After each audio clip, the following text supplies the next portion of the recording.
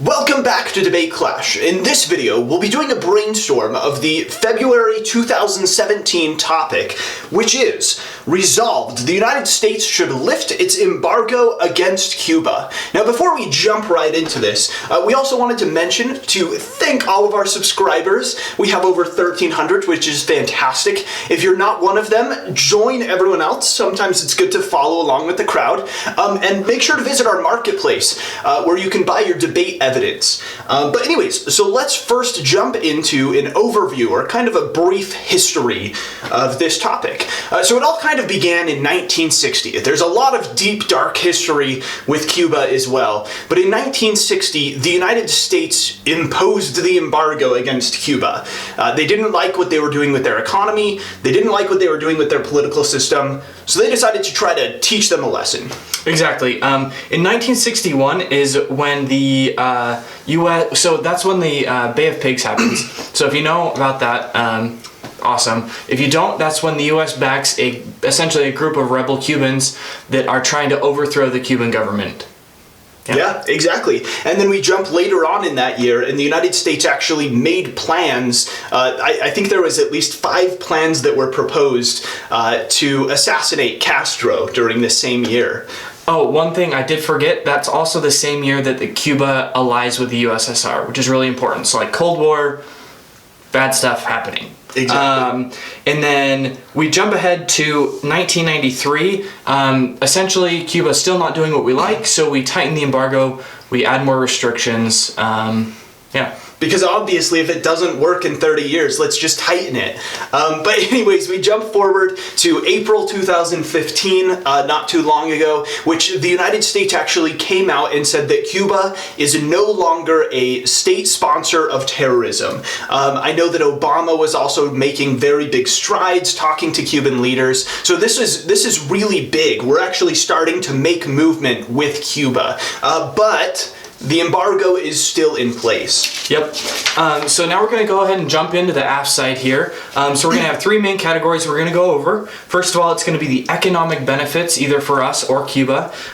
Secondly is going to be just other arguments we didn't really have a way to categorize. And then lastly, like we do in every video, we're going to go over a workaround section where we look at frameworks and some things that may come up during the round. Yep, so let's jump right into the first one, which is the economic benefits that the United States or Cuba will gain from lifting the embargo. Now, the first argument that you can make under this category is that lifting the embargo is good for U.S. companies. Right now, the United States companies, because of the embargo, can't sell to Cuba. In fact, even Google has to place restrictions on their ad campaigns so that they don't work with Cuba because it's a US-based operation.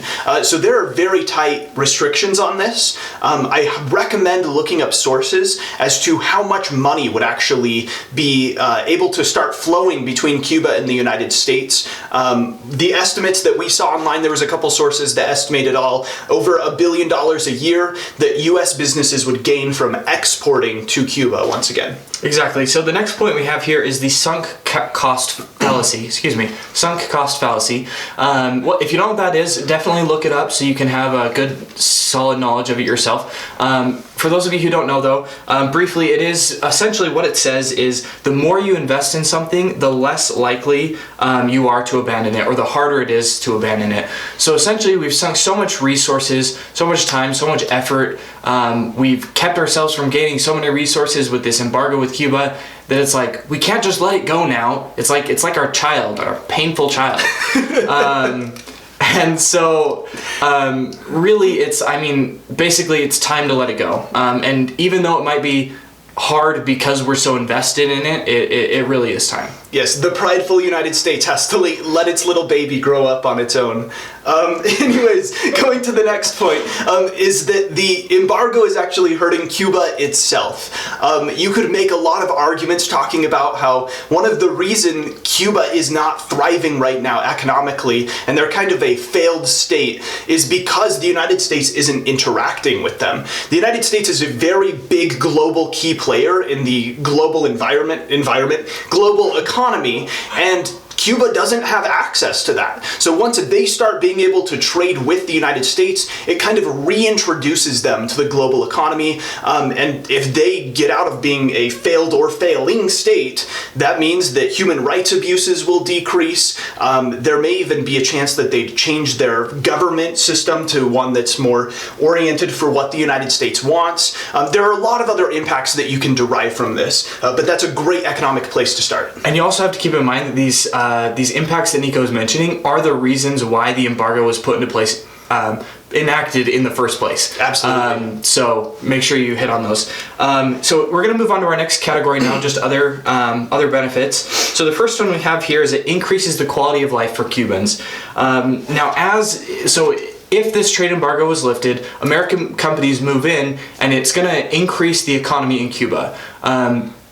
So obviously you're going to need to make the connection here between increase in economy and quality of life. But essentially, as businesses grow and provide more goods and services to the people in Cuba, it's going to allow them to have access to cheaper things, more things, and eventually their quality of life is just going to go up. And there are huge impacts to increasing quality of life. Make sure you research these and hit them pretty hard during the round if you do use this argument. Absolutely. And moving on to another benefit that can be coming of the lifting the embargo is that the embargo is standing in the way of U.S.-Cuban diplomatic relations. It's almost like if Michael borrowed $5 from me and I just hated him, and even though we wanted to be the best of friends, a couple years down the road, I'm still holding that grudge. I'm still saying, I won't let Michael borrow any more money from me, right? We can try to grow our friendship as much as we want, but until I remove that policy where he can borrow money from me again, right? We're not going to be besties.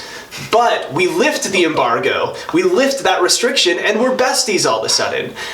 So anyways, basically the idea is that we're holding a grudge from 5 decades ago. We might as well get rid of this petty policy because we both want Cuban-US relations.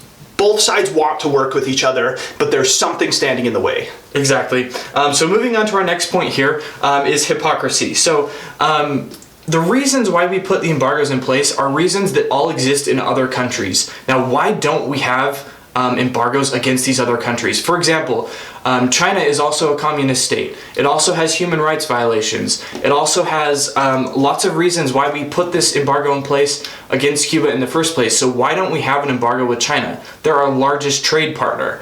It doesn't make sense when you look at it on a global scale why we have this embargo in place with Cuba. So in order to avoid being hypocrites ourselves, we should get rid of this embargo. Absolutely. And the next argument that you can make under this category is that the United States, once they lift the embargo, they may actually have a higher chance of actually accomplishing what the goal of the embargo was, right? Changing the political system, trying to convert them over to a more free trade and decrease their human rights abuses. All of these things might actually be accomplished if the United States, instead of being a bully, starts being friends with them and starts becoming an ally.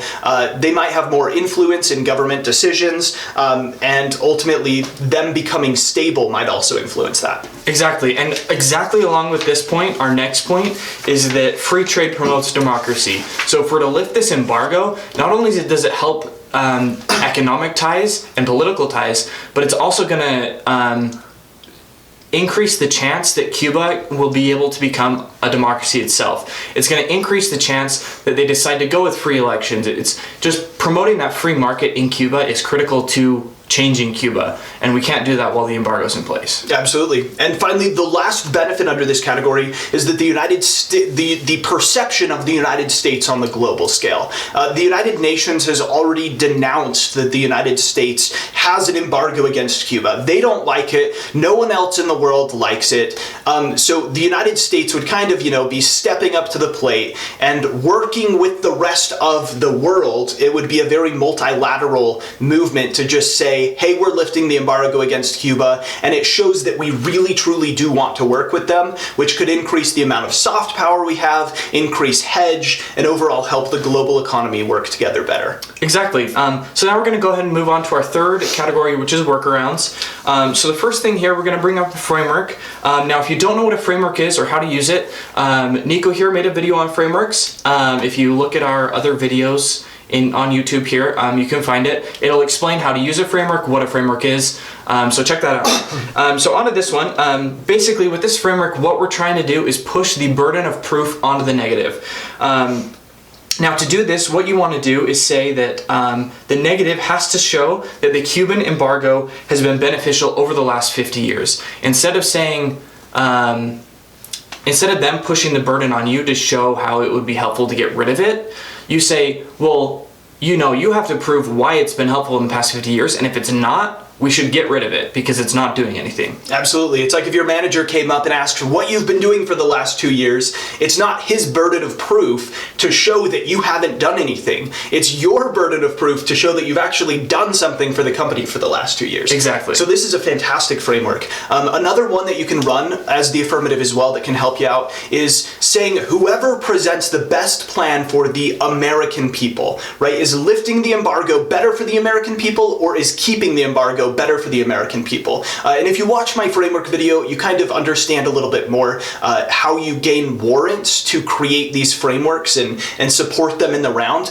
But one of the warrants that you can say is that the United States is the actor in the resolution. Therefore, because they are doing the action, we need to take their self-interest, their interest into account. And because the United States' interest is directly correlated with the American people and their well-being, it just makes sense that we'd have a framework that is what is best for the American people, or what is best for the United States. Now, once you establish this framework, you can do all kinds of fun things. All of the points that we presented in both the other category and the economic benefits are perfect examples of just filtering in with this framework.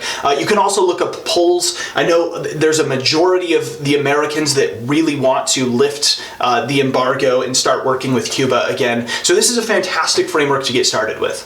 Exactly. So now the last point here is another framework that we're going to bring up under workarounds is look at the initial goals of the embargo. So I'll name off a couple here real quick. So we wanted Cuba to have fair elections, we wanted them to have freedom of press, and we wanted them to stop violating human rights. So looking at this framework, what we want to say is that the negative has to prove that these conditions are being met by this embargo. If they are not, then we need to stop the embargo and try something different, because obviously it's not working. So again, it pushes the burden of proof on the negative to prove that the embargo is fulfilling the objectives of the embargo. Absolutely. So we hope you liked the part 1 of the brainstorming session. Once again, if you like the video, hit like. It makes us feel really good. Also subscribe, that's cool to do. And visit our marketplace to buy debate evidence. And finally, look at part 2 of this video to get the negative arguments.